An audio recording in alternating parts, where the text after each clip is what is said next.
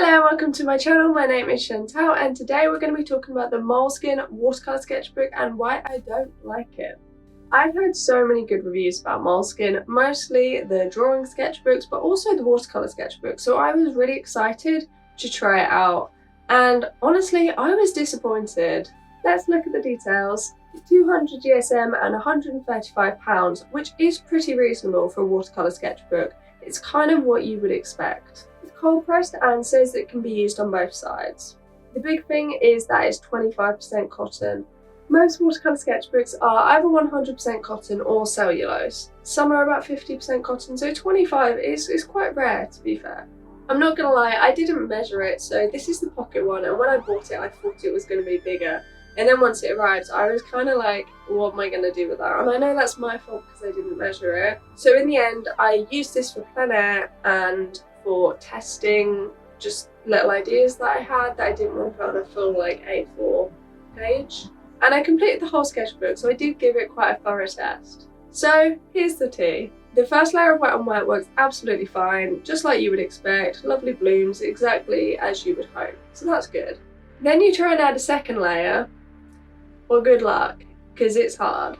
I felt like most of the time it disturbed the layer underneath. You couldn't get like one crisp layer and then you do another crisp layer and another. You didn't have the crisp lines. So layering wasn't really much of an option. At the time I was using an etchr sketchbook and I just started with my Arches paper. So I know it shouldn't have been anywhere near the standard of those.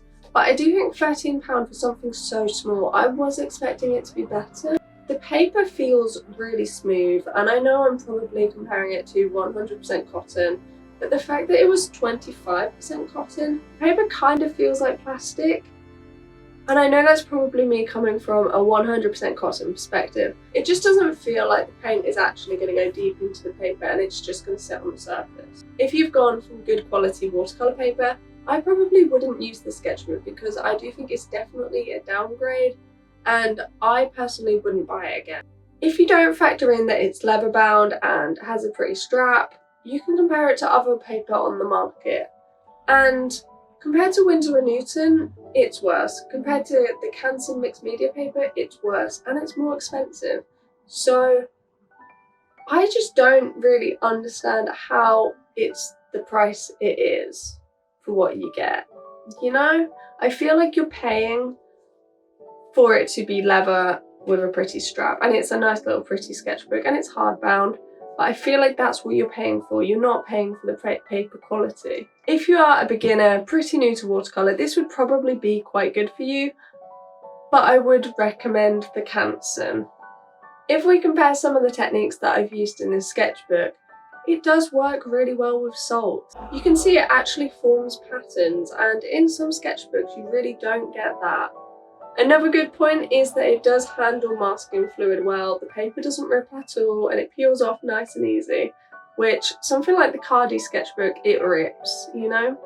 It also lifted paint really easily, which probably attributes to the fact that it's not 100% cotton, but if that's a technique that you like to use, then this could definitely be an option for you. Another positive is that granulation can really come through on this paper. It's cold pressed. If you like having texture in your work, that's definitely a positive.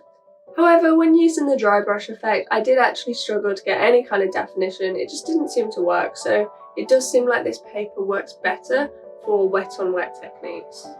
As this is watercolour paper, I also tried it with gouache and I was actually pleasantly surprised. If you like using gouache, I do think it actually really works in the sketchbook. As part of my techniques testing, I did try using alcohol for the alcohol drop technique. This isn't very reliable on the best of days, so I tested it even further and just could not get it to work for this paper. It does make me wonder how ink will work on this paper, but I couldn't get the alcohol to form circles or any kind of interesting shapes, so I wasn't a fan. I will say though, I think this sketchbook did work for plein air. It actually stayed wet to be able to do wet on wet, which obviously if it was really sunny outside then maybe you still wouldn't be able to. With the added granulation and the fact that you don't do many additional layers when you're doing plein air because you try and do it quite quickly, I do think it actually worked and I would recommend this sketchbook as a plein air sketchbook, and it's also really good size. So in conclusion, I'm glad I finished the sketchbook to be able to give a thorough review, to really test it out, to come to the conclusion that I'm not going to be buying another. If you are a beginner to watercolour, you use gouache or are looking for a plein air sketchbook, this might be for you. However, if you're used to better quality paper and 100% cotton, which to be fair, I do really like 100% cotton, so that might be part of the reason that I wasn't a fan of it. If you have any favourite sketchbooks, I would love to hear them because I'm so keen on just trying out all the sketchbooks I can, especially 100% cotton ones, which I absolutely love. Please let me know in the comments if you do, and it would mean so much to me if you could subscribe to my channel. Stay tuned for next week's video. Thank you so much for watching, and I will see you next time. Bye!